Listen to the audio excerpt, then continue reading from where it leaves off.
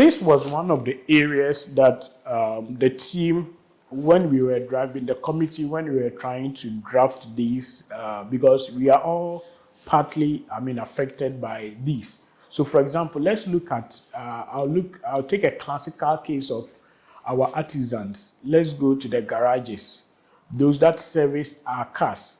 And when we talk about energy transition, we are equally looking at the transport sector. So, for example, one of the conversations that the committee extensively exposed, or maybe had a lot of conversations on, was the vehicles that we all use. We know that EVs, for example, are now coming in, and all of us are driving ICEs. Most of us are driving the internal combustion engine vehicles. And so we were looking at the reality to the citizenry, those that are in our magazines, as we all call it. How are they going to fit into this? We are looking at either retrofitting, training them on the EVs, that is a whole EV, or retrofitting the existing internal combustion engine vehicles that we are all driving, and even within the public sector, the big buses, how we are going to have a retrofit even to fit. Because somehow it may be easier for us to have a whole retrofit from the ICE to the EV, much more than clearing all these fleet that we have in the system. So now a lot of conversations and programs are being planned such that these things, the adverse effects that we see with the transition, will not catch up with the citizenry. Clearly, we have a case in South Africa now where they are having their own doomsaw, and it is a lot of it. If you listen to the narrative, a lot of it has been that they have quickened with their transition. The president advised that we do this transition at our own pace, so that we don't rush into anything, because we are not emitting any CO2, and so we are taking our time to have the implementation. We don't want to rush, because at the end of the day, if there's a policy tomorrow that this is what we are doing in this sector, that is what we are doing in this sector, people are going to lose their livelihood, their work. And so part of it is to prepare adequately to the ordinary Ghanaian who is having his daily bread from the existing structure that we are saying that is even emitting, to prepare them adequately to even start with what we have, the low-hanging fruits that we have in our hands, such that if there has to be a retrofit, I would prefer to retrofit my ICE into an EV rather than going to order a new EV altogether to spend more. And so the citizenry is being thought of with their participation. And some of these players that are already having their livelihood on the current system, even with the emission, are going to be trained, are going to be supported, such that whatever skill they need to transform into the new trend will be easy, and they will all embrace it, such that we can have a just transition.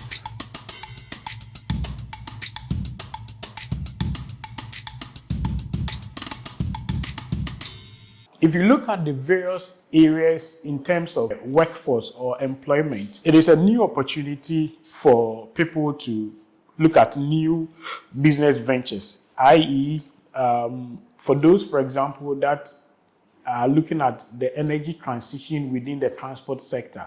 For some of the narratives that we are privy to, what we see is that the current gas stations, for example, are being augmented with charging stations, electric vehicle charging stations, for example. Some are also doing a total overhaul with their gas filling stations. Some are starting a whole new business by installing independent units on the highways, because the land is free, the land is very competitive. They are installing solar-powered charging stations to be able to help those that are going to, for example, use these electric vehicles in traveling long distance and all that. Some have been engaged in swapping of batteries, electric vehicle batteries, for example, that is going to create a new, trend or a new business venture.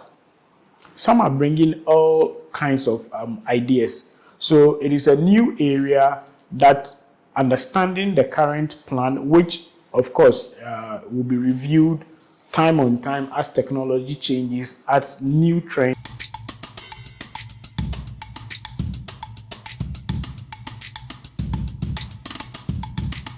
The electric vehicle plan for government, if you listen to the energy space, or if you pay attention to the energy space, the Ghana Energy Commission have started some.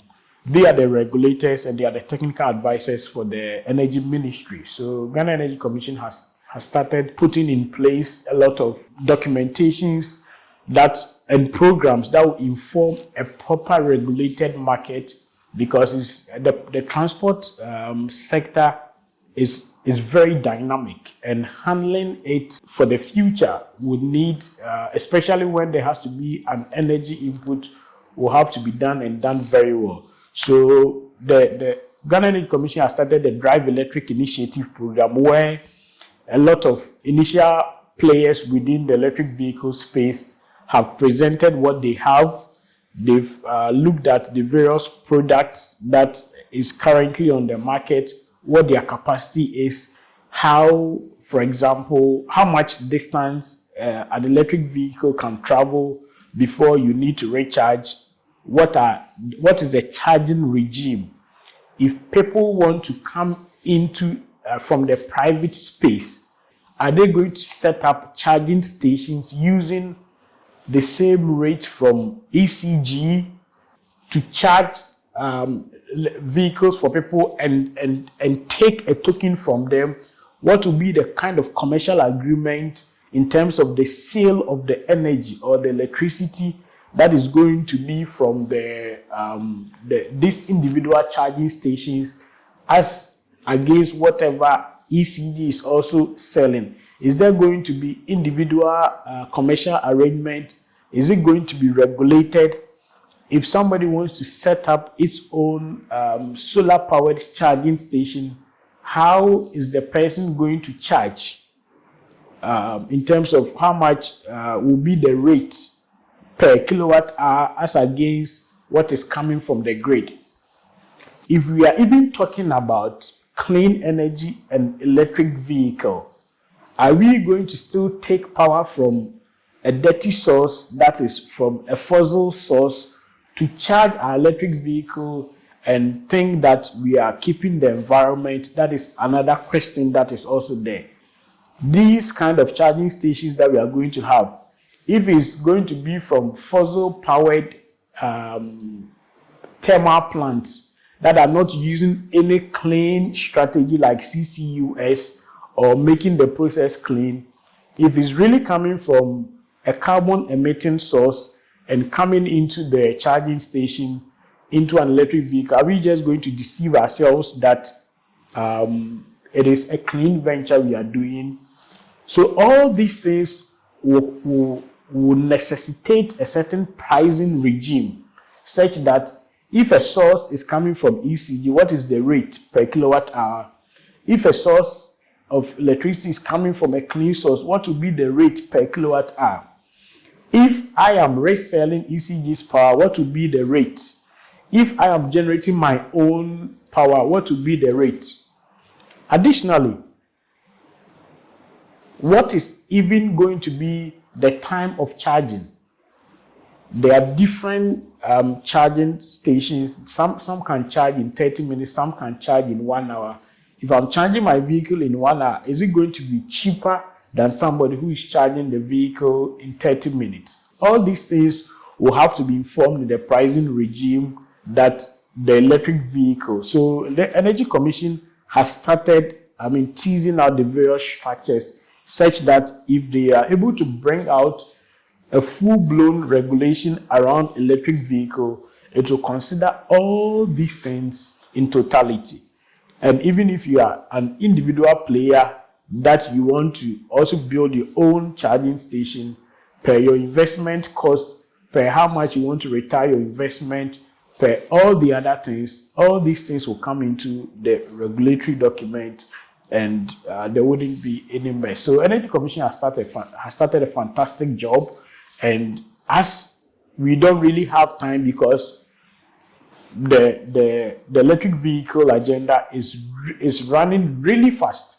It's running really fast. People are really importing a lot of electric vehicles into the country, but Energy Commission is in the right path and at the right time, trying to tease out all these parameters to bring out a proper regulatory document. The other technical part that Energy Commission is actually doing is on the grid impact. Electric vehicle has its own impact, and the grid has its own response levels to, in fact, the absorption of energy. So at each nodal side, if, for example, you're having a chunk of electric vehicles located at certain areas, what Energy Commission is doing is also that to have a study, we have a proper grid impact study on the current demands at various sections, and also what the adoption of these electric vehicles, what impact is really going to have on the grid. Because, for example, if you have a battery of, let's say, 30 kilowatt hours charging, or 60 kilowatt hours charging within 30 minutes, that's a lot of energy being consumed additionally to whatever is being consumed from the system. And so you are going to really have a lot of demand at various sections within the grid. And this is really going to have a serious impact on the grid. And the grid is one infrastructure that within the energy space we all need to protect. And so additionally, Energy Commission is also going to have that grid impact study that is on the technical side for us to really see that impact for this electric vehicle adoption. And finally, let me thank you for the opportunity to share thoughts with your team and also with our listeners. What I would say is that the transition is here with us. I usually use the analogy of Nokia. Nokia was leading. I mean, when we started using mobile phones, it was Nokia. And Nokia sat down and, was still enjoying patronage from the Nokia 3310 and all that. Not knowing other brands like Techno were now coming in, but they decided to be agile. They decided to be flexible with the new trends. BlackBerry also came with even a new technology, and BlackBerry was just enjoying its space. Even with the messaging platform and all that. Now, when you go to the university, a lot of people do not even know Nokia and do not know even BlackBerry. But during, some time back, these were the phones that were enjoying the space. And so let's not behave as a country like Nokia or BlackBerry. That would be my catch, because whatever we do, we have the transition coming to us. And so we just need to brace ourselves, welcome it, and welcome it early. The thing is that if you're able to welcome it early, it won't even be expensive. Our modeling even shows that at the end of the day, with the transition, we are going to get a very cheap levelized cost of energy. We are looking at about 4.5 cents. Currently, we are doing a generation rate of about 10 cents or 8 cents. So that is really going to bring down the cost of electricity. Let's brace ourselves. Let's see the opportunities that we can enter in the opportunities that we can, take from this transition, and let's welcome it for us all to have a healthy future.